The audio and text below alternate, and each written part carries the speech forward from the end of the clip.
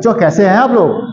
बच्चों कक्षा 12 में एनसीईआरटी में मैथमेटिक्स में हम आपसे फलन और संबंध टॉपिक की बात कर रहे हैं।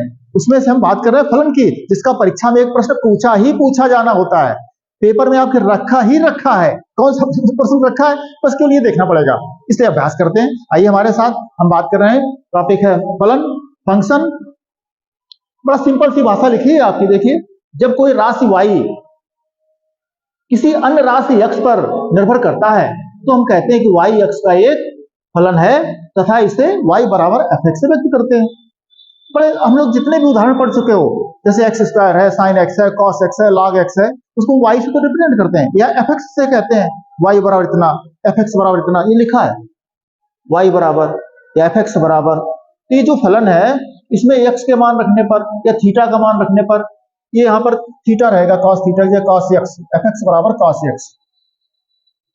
तो क्या बात कर रहे थे आपसे कि y का मान किससे मिलता है? x का मान रखने से। x के रूप का जो भी फलन होता है उसमें x की जगह जो वैल्यू रखते हैं उसमें y का मान मिल जाते हैं। लेकिन यहाँ पर इस फलन में क्या लिखा है? जब y का कोई मान x के एक या एक से अधिक मान के लिए प्राप्त होता है तो ऐसे संबंध को फलन कहते हैं। संबंध जानते हो आप? संबंध माने रिलेशन। हम किससे रिलेट करते हैं एक दूसरे को? संलग्न कैसे करते हैं, जोड़ते कैसे हैं? जैसे पिता पुत्र है, भाई बहन है, गुरु शिष्य है, कोच और शिष्य है, ऐसे करके। तो आप देख लीजिए, y का कोई मान x के एक या एक से अधिक मान के लिए प्राप्त होता है तो ऐसे संबंध को हम फलन कहते हैं। बात समझिए, x का मान रखोगे तो y का मान मिलेगा, अगर y का मान मिलेगा तो फलन है। अगर x का मान रखने से y का मान कोई आपको नहीं मिलता है तो फिर वो फलन नहीं है। अब कौन से मान होंगे? ऐसे बहुत से मान होंगे जो y का मान जैसे मिलेगा आपको अनंत बटा अनंत मिले, 0 बटा 0 मिले, अनडिफाइंड वैल्यू मिले, या अंडर रूट के अंदर ऋणात्मक संख्या मिले, काल्पनिक मिले, तो ऐसा फलन हमारे लिए परिभाषित नहीं होगा। तो फलन कब होगा? जब x का मान रखने से y का मान मिले तो उसे हम फलन कहते हैं। ये बात आया, ये आपको चित्र के माध्यम से देखिए, ये x समुच्चय है, इसको हम देखते हैं।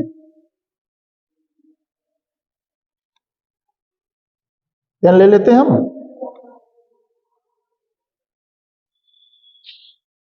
इसको हम x1, इसको x2, इसको x3 और इसको x4 से रिप्रेजेंट कर दे रहे हैं। इधर आप कुछ भी कह लीजिए, a b c d, ये समुच्चय x है, ये समुच्चय y है। आप याद कर लीजिए, हम बता चुके हैं आपको, ये जो x लिखा है ये, इसी को हम ऐसे लिखते हैं x1 x2 x3 x4। ये जो y लिखा है इसको, y को हम क्या कहते हैं? a b c d। जो समुच्चय है, मझले कोष्ठक के अंदर जो अवयव लिखे हैं आपके, उन्हीं को हमने समुच्चय x को ऐसे रिप्रेजेंट कर दिया है सर्कल के माध्यम से, उसमें अवयव लिख दिए हैं। यही बात समुच्चय y की हमने करी है। तो इस सर्कल का मतलब क्या हुआ? ये समुच्चय x है, वो समुच्चय y है। इस समुच्चय x के अवयव से हमें y के अवयव मिल रहे हैं। जो अवयव मिलते हैं वो प्रतिबिंब कहलाते हैं। हम चर्चा करते हैं आपसे, फिलहाल फलन की बात कर रहे थे। एक एग्जांपल ले सकते हो आप, y बराबर 3x, तो x का मान रखो आप 4, तो y का मान कितना मिल जाएगा? 3 इंटू x की जगह रखिए 4, तो कितना मिल जाएगा आपको? 12 मिल जाएगा। तो x बराबर 4 पर y का मान कितना मिलेगा आपको? 12 मिलेगा। इसी प्रकार से दूसरा एग्जांपल ले लो, y बराबर x स्क्वायर। अब इसमें x बराबर आप -2 रखो, तो रखो चल के, तो y बराबर x की जगह -2 रखोगे, -2 रखोगे, इसका वर्ग कर जाओ पूरे का, तो कितना हो जाएगा आपका? 4 हो जाएगा। पुनः x का मान आप +2 रख जाओ, तो y बराबर हो जाएगा 2 का स्क्वायर, 4 हो जाएगा। हम जो फलन की परिभाषा आपसे बात कर रहे थे, जो y का मान मिलता है, x के मान के लिए एक मान के लिए एक मान मिल सकता है, और x के 2 मान के लिए भी y का एक मान मिल सकता है। जैसे इसमें देखो, ये फलन अगर परिभाषित है तो x का मान आपने 4 रखा तो 4 नहीं 12 आया, लेकिन -4 रखोगे तो -12 आता है, बदल गया वैल्यू। और इसमें x स्क्वायर में, y बराबर x स्क्वायर में अगर -2 रखा तो 4 आया, और +2 रखा तो भी 4 आया। यही बात कही गई आपसे कि y का कोई मान x के एक या एक से अधिक मान के लिए प्राप्त होता है। देखो, एक मान के लिए और ये एक से अधिक मान के लिए 4 जो आता है x के 2 मानों के लिए आ रहा है। ये बात कह रहे थे आपसे, ये बात जो कही गई समझ लीजिए आप। उसको हम लोग क्या कहते हैं, फलन कहते हैं, परिभाषित करते हैं f such that x tends to y से, माने y का जो वैल्यू है वो x का वैल्यू पुट करने से मिलता है। फलन f क्या है, वो रिलेशन को बताता है, संबंध को बताता है। ये फलन f यहाँ cos थीटा से रिप्रेजेंट है, यहाँ 4x² - 5 से रिप्रेजेंट है, यहाँ 3x - 4 से रिप्रेजेंट है, कभी e की पावर x से होगा, कभी log x होगा, कभी 10x होगा, कुछ भी इस प्रकार से हो सकता है कोई फलन, या x + 4 का होल स्क्वायर बटे 7 होगा, तमाम सारा हो सकता है। तो ये बात फलन की है बच्चों। समुच्चय y के अवयव समुच्चय x के अवयवों से संबंधित हैं, तो इसको जो संबंधित है, जो रिलेशन है, जो संबंध है, इसी को हम लोग फलन कहते हैं। क्या कहते हैं, जैसे पिता और पुत्र का संबंध है तो हम क्या उसी को फलन कहते हैं। गणित की भाषा में आ जाओ तो ये बात आप देख लीजिए कि y के अवयव x के अवयव से संबंधित हैं, तो जो अवयव x से संबंधित है वो कहलाते हैं प्रतिबिंब, और ये पूरा कहलाता है डोमेन, ये कहलाता है सैडोमेन। हम बात करते हैं आगे आपसे डोमेन सैडोमेन की, फिर आगे हम बात करते हैं फलन के प्रकार की। तो डोमेन सैडोमेन का स्लाइड हम लाते हैं आपके सामने। अब बच्चों देखो आपके सामने, इसको समझाने के लिए हम पेन ले लेते हैं।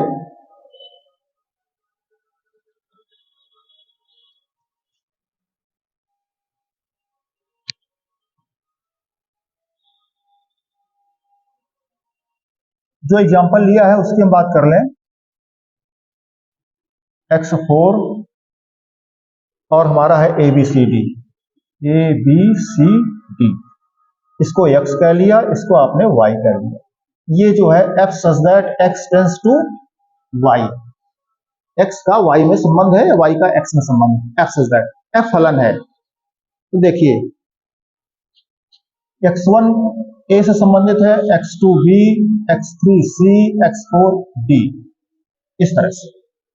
अब बच्चों देखिएगा बड़ा स्पष्ट है, जो संबंध में हम x और y समुच्चय ले रहे हैं, तो समुच्चय x के सभी अवयव डोमेन कहलाते हैं, समुच्चय y के सभी अवयव सह डोमेन कहलाते हैं।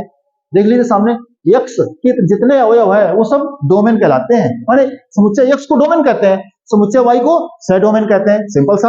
अब एक बात और सीख लीजिए पूरे प्रचित्रण के लिए, पूरे फलन के लिए, वो बात कौन सी है कि जो अवयव संबंधित होंगे, माने जो प्रतिबिंब बनेंगे, अर्थात x का मान रखने पर जो y के मान मिलेंगे, अर्थात फलन fx में x की जगह जो वैल्यू रखोगे, जो वैल्यू मिलेगी आपको बराबर में, जो मान मिलेंगे, वो मान प्रतिबिंब कहलाते हैं, वो मान परिसर कहलाते हैं, वो मान परास कहलाते हैं। देखिए सामने, तो समुच्चय x डोमेन हो गया, समुच्चय y को सह डोमेन कहते हैं। अब परास प्रतिबिंब या परिसर समुच्चय y के उन अवयवों का समुच्चय जो x से संबंधित हैं, समुच्चय y के वे अवयव जो x से संबंधित हैं वो कहलाते हैं परिसर या प्रतिबिंब या परास। इसे fx से व्यक्त करते हैं। बहुत से बच्चे इसको fy से लिख देते हैं, गलत, fx से लिखोगे क्योंकि x के अवयव से संबंधित बनता है, x के अवयव रखने से हमें वैल्यू मिलती है, प्रतिबिंब मिलता है, इसलिए fx से व्यक्त करते हैं। तो fx से व्यक्त करते हैं। ये देखो परिसर fx बराबर r बराबर ABCD। थोड़ी देर के लिए इसमें अगर कोई वैल्यू हम लिख दें, एक हमने e और लिख दिया, e और लिख दिया। अब देखो समुच्चय y को सह डोमेन कहते हैं, तो समुच्चय y की जब बात करोगे तो उसमें e और आएगा, आ जाएगा, लेकिन जब परिसर की बात करोगे तो उसमें e नहीं आएगा, क्योंकि जो e है वो x से किसी अवयव से संबंधित नहीं है। परिसर की परिभाषा, प्रतिबिंब की परिभाषा, परास की परिभाषा, तीनों एक ही नाम है। उसको समझने के लिए आपको समझना पड़ेगा कि समुच्चय y के वे अवयव जो x के अवयवों से संबंधित हैं, रिलेटेड हैं, जिन पे तीर लगा है, वो वैल्यू क्या है, उनका समुच्चय क्या है, परास है, प्रतिबिंब है, परिसर है। तो ये परिसर हो गया आपका। इस तरह से आपको बता दें, समुच्चय के आगे प्रकार में चल रहे हैं, फलन के प्रकार में चल रहे हैं, प्रचित्रण के प्रकार में चल रहे हैं। तो इतनी बात समझ गई, समुच्चय x डोमेन, समुच्चय y सह डोमेन, और समुच्चय y के वे अवयव जो x से संबंधित हैं वो कहलाते हैं प्रतिबिंब। क्या कहलाते हैं, जो समुच्चय x के अवयवों से संबंधित हैं वो क्या कहते हैं, प्रतिबिंब, और उन सबका समुच्चय कहलाता है परास, परिसर। ठीक है, ये देखिए प्रतिबिंब। माने परास माने परिसर। इतनी बात स्पष्ट है। अब चलते हैं आगे, फलन के प्रकार में चलते हैं, स्लाइड चेंज करते हैं। फलन के प्रकार बच्चों देखो, आच्छादक है, अंताक्षेपी है, एकाएक है, बहुएकाएक है, एकाएक आच्छादक है, फिर एकाएक अंताक्षेपी है, फिर बहुएक आच्छादक है, फिर बहुएक अंताक्षेपी है। फलन इस प्रकार से आपके सामने लिखे हैं 8 प्रकार के। हम पहले प्रकार के फलन की बात करते हैं, आच्छादक फलन। अंग्रेजी में ऑनटू फंक्शन कहते हैं, ऑनटू फंक्शन या ऑनटू मैपिंग। देखिए, किसी फलन f such that x tends to y को आच्छादक फलन कहते हैं। सारे फलन की जितने प्रकार के बताएंगे सबकी परिभाषा सेम बना देंगे बिल्कुल। कैसे? किसी फलन f such that x tends to y को आच्छादक फलन कहते हैं। आगे जब लिखाएंगे, किसी फलन f such that x tends to y को अंताक्षेपी फलन कहते हैं। किसी फलन f such that x tends to y को एकाएक फलन कहते हैं। किसी फलन f such that x tends to y को बहुएक फलन कहते हैं। ऐसे सब कहेंगे, फिर बाद में कंडीशन लगा देंगे। क्या है उस परिभाषा आपको सिंपल सी लगेगी। किसी फलन f such that x tends to y को, किसी फलन f such that x tends to y को आच्छादक फलन कहते हैं यदि y का प्रत्येक अवयव, समुच्चय y का प्रत्येक अवयव समुच्चय x के किसी न किसी अवयव से अवश्य संबंधित हो। माने y के अवयव, सभी y के अवयव x से संबंधित हो, उसे हम कहेंगे आच्छादक फलन। यहां देखो, फलन का परिसर बराबर फलन का साइड डोमेन, तो ये फलन का परिसर कहलाता है, ये साइड डोमेन कहलाता है। हमने बताया आपको चित्र में, देख लीजिए जरा, हम लिख रहे हैं, पेन ले लें। इसको x1 कहा आपने, नहीं, साइड डोमेन y 1 2 3 4 और 1 2 3 4 ठीक है। x को हम x1 कह लें, x2 कह लें, x3 कह लें और x4 कह लें। और जो हमारे साइड डोमेन, जो आपका साइड डोमेन है, उसमें हम 1 कह लें, 2 कह लें, 3 कह लें और 4 कह लें। ठीक है। आइए अब देखो, डोमेन की बात की जाए तो डोमेन पूरा ये हो गया। साइड डोमेन की बात करो तो 1 2 3 4 लिखा है आपके सामने। जो y है आपका, वही ये x, ये y, ये साइड डोमेन हो गया। अब परिसर देखो, परास देखो, प्रतिबिंब देखो, y के वे अवयव या y के उन अवयवों का समुच्चय जो x के अवयवों से संबंधित हो, परिसर कहलाते हैं, वो प्रतिबिंब कहलाते हैं, वो परास कहलाते हैं। तो कौन से प्रतिबिंब है, कौन से संबंधित अवयव है? देखो 1 2 3 4 पर तीर लगाए तो परिसर बराबर 1 2 3 4। हम क्या बात कर रहे थे? y का प्रत्येक अवयव, y के सभी अवयव x के किसी न किसी अवयव से अवश्य संबंधित हो। माने y के सारे अवयव x के अवयव से आच्छादित हो, ढके हो, तीर से जुड़े हो। इसी बात को आप सामान्य भाषा में अपने एटमॉस्फेयर से जोड़ सकते हो। जिस समय मौसम खराब होता है, सर्दी का मौसम होता है, कोहरा कटता है, तो नहीं पहाड़ियां आच्छादित हो जाती हैं। हम लोग की भी कोहरे में कुछ दिखाई नहीं पड़ता, तो हमको कहते हैं घना कोहरा है, पहाड़ियां आच्छादित हैं। ऐसे ही समुच्चय y के सभी अवयव x से आच्छादित हो जाते हैं, सब ढक जाते हैं, तो कहते हैं आच्छादक चित्रण है। और अगर सारे अवयव आच्छादित नहीं है, सारे अवयव नहीं ढके हैं, सारे अवयव x के अवयव से संबंधित नहीं है, तो फिर हम कहते हैं अंताक्षेपी प्रचित्रण है। दो प्रचित्रण आप समझ रहे हो। हम बात कर रहे हैं आपसे समुच्चय y के सभी अवयव x के अवयवों से संबंधित है, तो आच्छादक। अगर सभी अवयव संबंधित नहीं है तो फिर अंताक्षेपी। और सरल भाषा में समझ लो, इसके सारे अवयव इससे अगर संबंधित है तो आच्छादक। इसमें अगर अवयव कोई बच रहा है, इसमें y में, साइड डोमेन में, तो फिर अंताक्षेपी। दोनों परिभाषाएं बड़ी स्पष्ट है आपकी। फिर सुन लो हम क्या कह रहे हैं।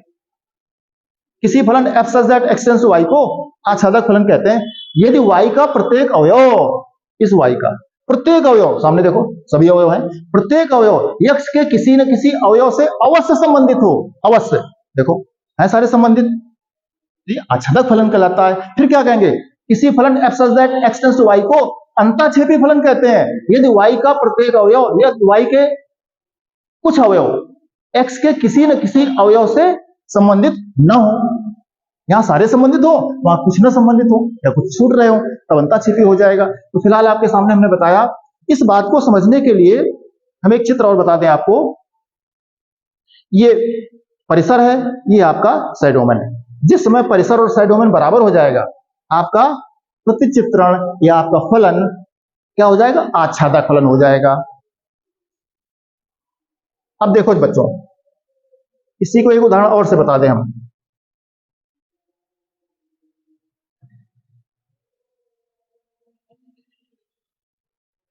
x1, x2, x3 x4 a b c d, x1 इससे, x2 इससे, और x3 भी इससे b से, x4 c से। अब देखो y के सभी अवयव x के अवयवों से संबंधित हैं? नहीं है, डी छूट गया। ठीक, कैसा हो गया? अंताक्षेपी हो गया। अगर सारे ढक जाए तो फिर जैसे भी एक और ले लें, x5, अब सारे ढक गए, अब हो गया आच्छादक। क्या हो गया? आच्छादक। तो डोमेन तो ये हो गया। अब इसमें साइड डोमेन क्या है? इसमें देखिए साइड डोमेन क्या हो जाएगा आपका, एक तो हम लिख लेंगे प्रतिबिंब या परास, अब एक तरफ लिख लेंगे साइड डोमेन। ये क्या है? परास। ये क्या है? Side domain.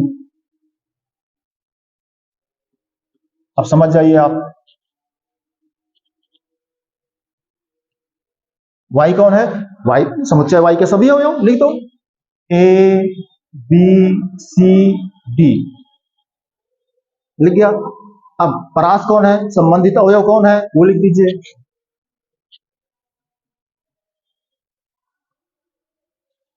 यही संबंधित भी है और वही y के अवयव भी हैं, तो बराबर है। तो कैसा कहलाएगा? आच्छादक चित्रण कहलाता है।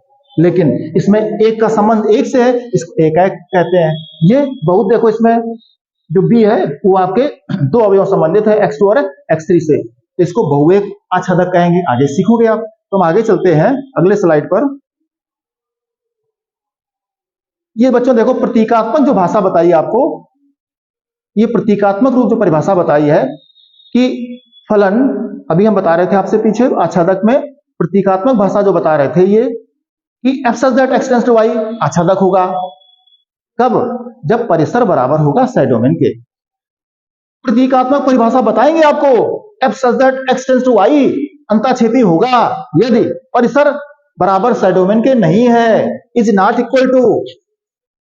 फिर सुन लीजिए, आच्छादक अंताक्षेपी में जरा सा अंतर, f such that x tends to y, कौन x tends to y? ये समुच्चय x का y में संबंध फलन f से परिभाषित है। इसी को हम, इसी पूरे चित्र को हम f such that x tends to y से लिखे दे रहे हैं। इस पूरा गाना मत लिखिए, केवल ये लिखो line f such that x tends to y। क्या कह रहे थे? आच्छादक होगा यदि परिसर बराबर साइड डोमेन। परिसर बता रहे थे आपको, परिसर कौन है? परिसर कौन है? जो प्रतिबिंब बनते हैं, जो x के अवयव संबंधित है। साइड डोमेन कौन है? पूरा। तो साइड डोमेन बराबर है परिसर के, तो प्रचित्रण, मैपिंग या आपका फलन आच्छादक होगा। और अगर ये बराबर नहीं है तो फिर होगा अंताक्षेपी। अब चलते हैं अगले स्लाइड की तरफ, बात करते हैं हम अंताक्षेपी की तरफ चलते हैं। ये देखिए चित्र सामने आपके लिखा है, इसमें भी हम लिख दें, पेन ले लें जरा, पेन ले लिया हमने। x1 x2 x3 और x4, और ये आपके क्या था? 1 2 3 4। परिसर क्या है? जो अवयव संबंधित हैं, 1 2 3 4। साइड डोमेन कौन है? y के सारे अवयव, तो बराबर है। क्या ये बराबर है आपका f(x) is equal to y, अर्थात 1 2 3 4 बराबर है y के। y कौन है? 1 2 3 4। याद रखिए बच्चों, ये परिसर और ये साइड डोमेन, y के अवयव और ये जो प्रतिबिंब बने वो, ये अगर बराबर है तो आच्छादक, तो बराबर नहीं होंगे तो अंताक्षेपी। इतनी बात आप समझ गए। चलेंगे आगे अंताक्षेपी प्रचित्रण पर, अंताक्षेपी फलन पर। इसको इनटू फंक्शन कहते हैं, इनटू मैपिंग भी कहते हैं। फिर वही परिभाषा बना दे रहे हैं, किसी फलन f such that x tends to y को एक अंताक्षेपी फलन कहते हैं यदि y में एक या एक से अधिक अवयव ऐसे हों जो x के किसी भी अवयव से संबंधित न हो। y जो समुच्चय है उसमें एक या एक से अधिक अवयव ऐसे मिल जाए तो संबंधित नहीं होंगे x से। हम जो बात कर रहे थे कोहरे की, आच्छादित की, सब आच्छादित तो अंताक्षेपी, और पूरा ढका नहीं है, कुछ छूट गया है, अगर कोहरा कम कट रहा है तो अंताक्षेपी। पूरा कोहरा कटे भयंकर, सब पहाड़ियां आच्छादित ढक जाएं तो आच्छादक प्रचित्रण, और कुछ छूट जाए, कोहरा कम कट रहा हो, धूप भी हो, कोहरा भी, तो फिर अंताक्षेपी। माने कुछ अवयव बच जाएं सरल भाषा में। तो यहां पर क्या है? फलन f का परिसर फलन f का साइड डोमेन, fx क्या है, सबसेट y, फलन f का परिसर सबसेट। ये चिन्ह सबसेट का है बच्चों, इसमें थोड़ा सा सी आपको महसूस हो रहा है, लेकिन सबसेट का है। फलन f का परिसर सबसेट फलन f का साइड डोमेन, ये लिखा है आपका, माने बराबर नहीं है। हम इसको बात को आगे समझाते हैं आपको। तो फिलहाल आपको समझ में आ गया कि y के सभी अवयव अगर संबंधित हैं तो आच्छादक, y के सभी अवयव या एक से अधिक अवयव संबंधित नहीं है अंताक्षेपी। इतनी बात समझ में आई। आगे चलते हैं, हम इसको पेन ले लेते हैं।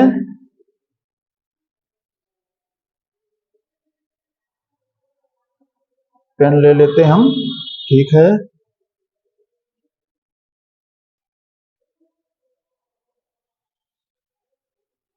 x1, x2, x3, x4, इसमें कुछ भी लिख लीजिए, a b c d।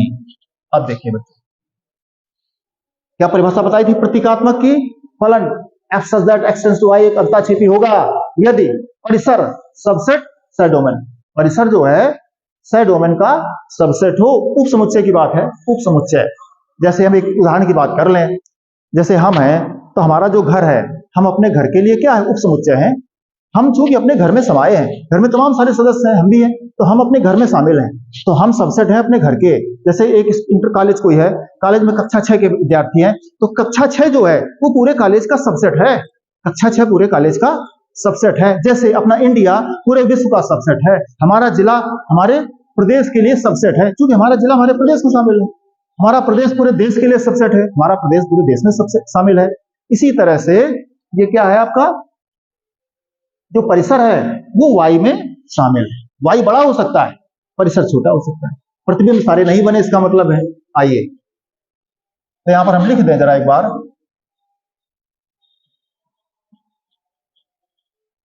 और एक तरफ y लिख दें। कौन से प्रतिबिंब बन रहे हैं देख लीजिए, a b c d, और y को लिख लीजिए, कौन है, y है आपका a b c d। ये आपका x है, ये आपका y है, ये आपका f such that x tends to y है। अब देखिए y के अवयव a b c d, y के सभी अवयव x से संबंधित हैं, x के प्रतिबिंब हैं। देखो तो ये तो बराबर हो गया, बराबर हो गया तो आच्छादक हो गया। जब y में एक या एक से अधिक अवयव ऐसे हो जो x के किसी भी अवयव से संबंधित नहीं है, तब कहते हैं, सारे आच्छादित नहीं है, तब कहते हैं अंताक्षेपी। जैसे एक E हो गया, एक F हो गया। अब देखो इसमें y में क्या लिखेंगे, एक E लिखेंगे और F लिखेंगे। अब देखो प्रतिबिंब कौन है, A B C D, चारों तो संबंधित है। जो परिसर है आपका, परिसर, और इधर क्या है, साइड डोमेन।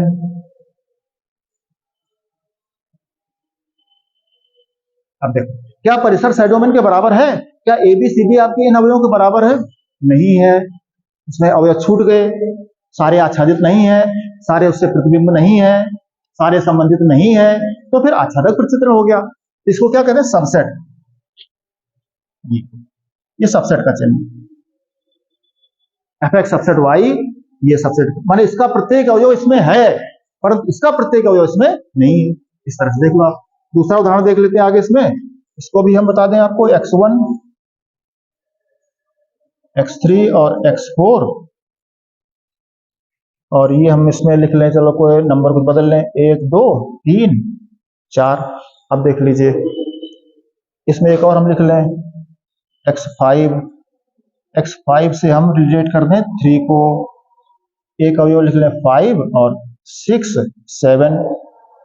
अब देख लो इसमें बच्चों, ये आपका x हो गया, ये आपका समुच्चय y हो गया, ये हो गया f such that x tends to y। समुच्चय x समुच्चय y से संबंधित है। इसमें देख लीजिए कौन आपका परिसर है और कौन आपका साइड डोमेन है। Side domain,